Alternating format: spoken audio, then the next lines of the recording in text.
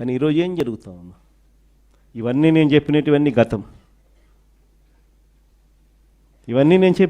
గతం. ఈ చంద్రబాబు నాయుడు గయాంలో ఈ 18 నెలల కాలంలో అడుగులేమడ్డాయి. Total reverse.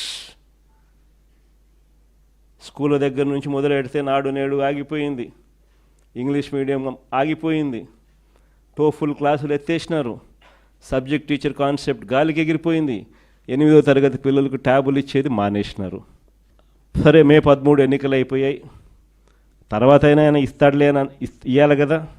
లా జనవరి, ఫిబ్రవరి, మార్చ్ క్వార్టర్కి సంబంధించి ఏప్రిల్లో వెరిఫై చేసి మేలో ఇవ్వాల్సింది అక్కడ బ్రేక్ పడితే జనవరి, ఫిబ్రవరి, మార్చికి సంబంధించిన క్వార్టర్ 2024 క్వార్టర్ నుంచి సెప్టెంబర్ 2025 7 క్వార్టర్స్